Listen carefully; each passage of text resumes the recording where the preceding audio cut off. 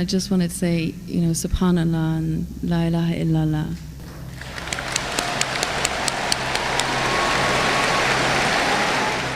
بسم اللہ الرحمن الرحیم. السلام علیکم ناظرین. دین دنیا چینل میں آپ کو خوش آمدید کہتے ہیں. ناظرین، دین حق کی طرف لوٹنا خوش نصیبی کی بات ہے. یہ ایسی سعادت ہے جو ہماری دعا ہے کہ ہر غیر مسلم کو ملے اور ہر مسلمان کو بھی راستے سے بھٹکنے سے اللہ تعالیٰ محفوظ رکھے. بلا شبہ ڈاکٹر ذاکر نائک نے اب تک سینکڑوں لوگوں کو اسلام کی روشنی سے منور کیا اور دہائیوں سے جاری دعوت کے کام کے دوران ان کے ارادوں میں ذرا سی بھی لغزش نہیں آئی. اور یہی وجہ ہے کہ اب بھی جوک در جوک غیر مسلم ان کی خدمت میں حاضر ہوتے ہیں اور اسلام قبول کرتے ہیں. دبئی میں بھی ایسا ہی ہوا جب ایک کرسچن خاتون جس کا نام اینا تھا وہ آئی اور اس نے اپنے 2 سوالات رکھے.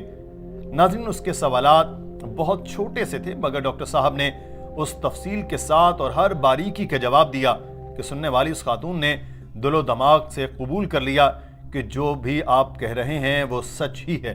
اور صرف 2 سوالوں کے جواب لینے کے بعد اینا نامی اس خاتون نے اسلام قبول کر لیا. ناظرین، آپ کو اس خاتون کے پہلے سوال سناتے ہیں، پھر ڈاکٹر ذاکر نائک صاحب کا جواب سناتے ہیں. انگریزی زبان میں ہونے والی اس گفتگو کو تمام سننے والوں کی سہولت کے لیے ہم اردو اور ہندی میں ترجمے کے ساتھ پیش کر رہے ہیں. ناظرین، اینا نے مائک پر آ کر کہا کہ میرے 2 سوالات ہیں جن کے جواب مجھے نہیں ملے.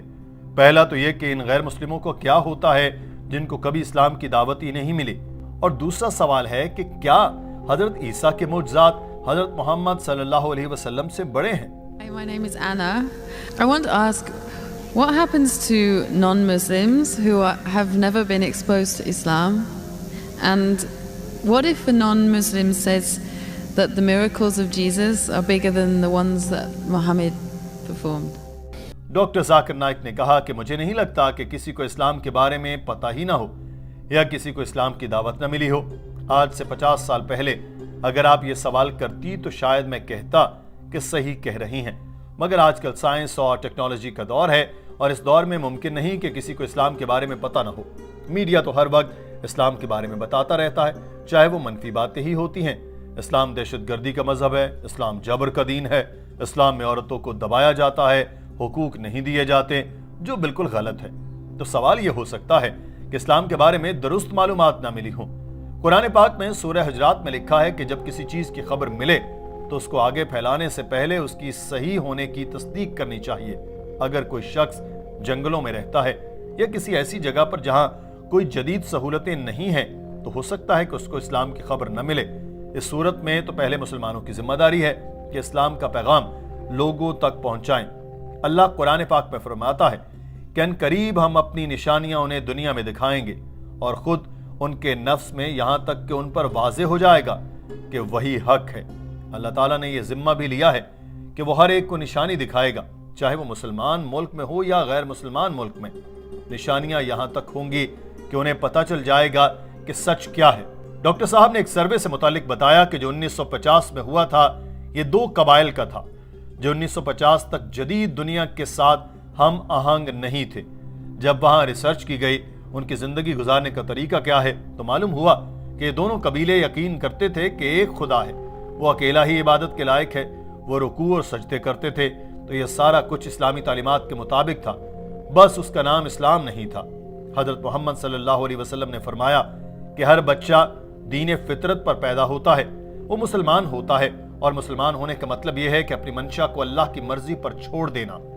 بعد میں جب وہ بڑا ہوتا ہے تو وہ والدین، اساتذہ، رشتہ داروں سے متاثر ہو کر راستے سے بھٹک سکتا ہے.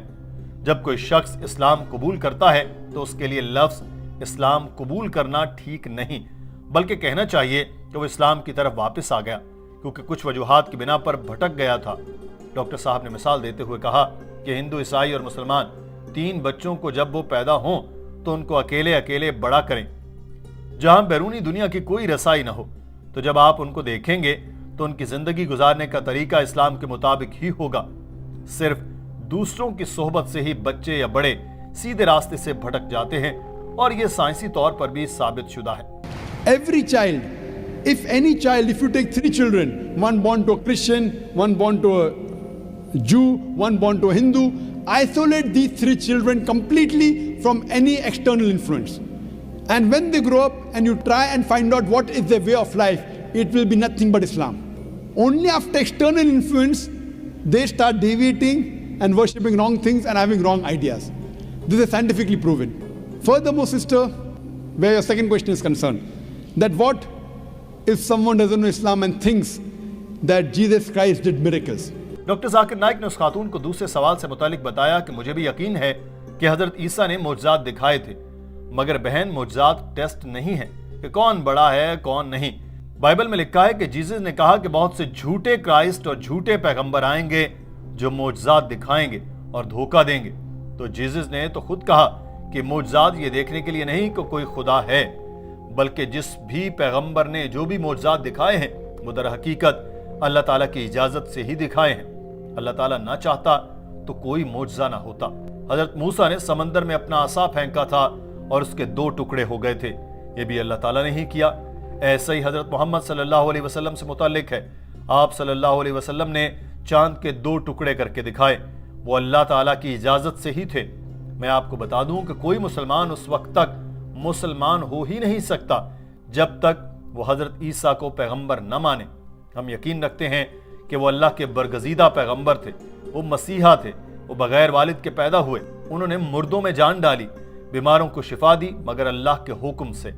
مسلمان اور عیسائی یہاں تک تو ایک ہی پیج پر ہیں، مگر فرق یہ ہے کہ حضرت عیسیٰ کو مسلمان خدا نہیں مانتے، کیونکہ ایسا بائبل میں بھی نہیں لکھا۔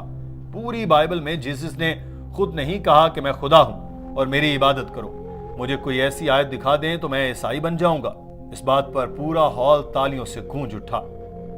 ناظرین، ڈاکٹر ذاکر نائک نے کہا کہ اگر آپ بائبل کو پڑھیں تو اس میں لکھا ہے کہ میرا باپ مجھ سے بڑا ہے، میں شیطان کو بھگاتا ہوں فادر کے حکم سے، میں جو بھی کرتا ہوں خدا کے حکم سے کرتا ہوں۔ جو بھی اپنی مرضی کو اللہ پر چھوڑ دیتا ہے وہ مسلمان ہے، اور جیزس بھی مسلمان تھے۔ انہوں نے کبھی نہیں کہا کہ وہ خدا تھے۔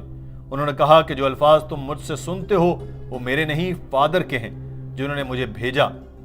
گوسپل آف میتھیو میں لکھا ہے کہ ایک شخص نے پوچھا میں کیا کروں ابدی زندگی پالوں؟ تو جیزس نے جواب دیا ایک خدا پر یقین رکھو، اس کی مانو، جس سے منع کیا وہ عمل نہ کرو، جنت میں چلے جاؤ گے اور ابدی زندگی پاؤ گے۔ جیزس نے کبھی نہیں کہا کہ مجھ پر یقین رکھو میں خدا ہوں، انہوں نے کبھی نہیں کہا کہ مجھے خدا سمجھو تو جنت میں جاؤ گے۔ ڈاکٹر صاحب نے بتایا کہ بائبل میں لکھا ہے کہ انسانوں میں سے ہی ایک انسان کو چن کر اس کے ذریعے معجزات دکھائے گئے جو خدا نے خود کیے اور تمہیں دکھائے۔ تو جو بھی معجزات جتنے بھی پیغمبروں نے دکھائے وہ سارے کے سارے اللہ کے حکم سے اور اس کی نشانیاں ظاہر کرنے کے لیے ہی تو تھے۔ اور گوسپل آف جان میں یہ بھی لکھا ہے کہ میرے پاس تم سے کہنے کو ابھی بہت سی باتیں ہیں لیکن اب تم ان کو برداشت نہیں کر سکتے، لیکن جب وہ روح حق آئے گا وہ آپ کی تمام سچائی کی طرف رہنمائی کرے گا، کیونکہ وہ اپنے بارے میں بات نہیں کرے گا لیکن جو کچھ وہ سنے گا وہی کہے گا اور تمہیں آنے والی چیزیں بتائے گا۔ تو یہ پیش گوئی صرف اور صرف حضرت محمد صلی اللہ علیہ وسلم کے بارے میں تھی اور کسی کے بارے میں نہیں۔ ڈاکٹر صاحب نے اس خاتون سے کہا کہ بہن اگر آپ سچی عیسائی ہیں تو آپ کو جیزس کی باتوں پر عمل کرنا چاہیے۔ ڈاکٹر صاحب کے یہ کہتے ہی اس خاتون کے چہرے پر مسکراہٹ آ گئی۔ اس نے مائک پر آ کر کہا میں آپ سے سوال کر رہی ہوں تو وہ صرف اپنے غیر مسلم اہل خانہ اور دوستوں کی وجہ سے۔ میں صرف آپ سے کہنے آئی تھی کہ سبحان اللہ اور لا الہ الا اللہ۔ ناظرین، پورا ہال تالیوں سے گونج اٹھا۔ قریب کھڑی اسلامی بہنوں نے اس خاتون کو گلے سے لگایا، سب کی آنکھوں میں آنسو تھے اور ہر کوئی خوشی سے سرشار تھا کہ ایک اور بہن کو رہنمائی ملی اور وہ جہنم کی آگ سے بچ گئی۔ ناظرین، آپ یہ مناظر دیکھیے۔ Zakir, I am a revert, and I was just asking questions on behalf of my non-Muslim family and friends, and I just wanted to say, Subhanallah and La ilaha illallah.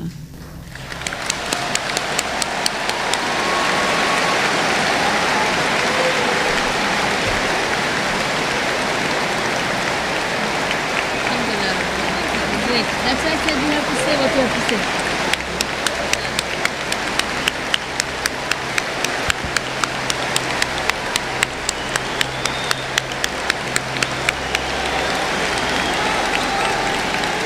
Doctor Zakir Naik جو اپنی set پر جا کر بیٹھ چکے تھے یہ سنتے ہی mic کے پاس بھاگے چلے آئے اور کہا بہن آپ کو دین اسلام میں خوش آمدید کہتا ہوں۔ اللہ سے دعا ہے کہ آپ کو جنت میں داخل کرے، وہ آپ کو رہنمائی دے اور اگر آپ کے مزید سوالات ہیں جو آپ اپنے اہل خانہ اور دوستوں کے لیے کرنا چاہیں تو آپ کو اجازت ہے اور آپ کر سکتی ہیں۔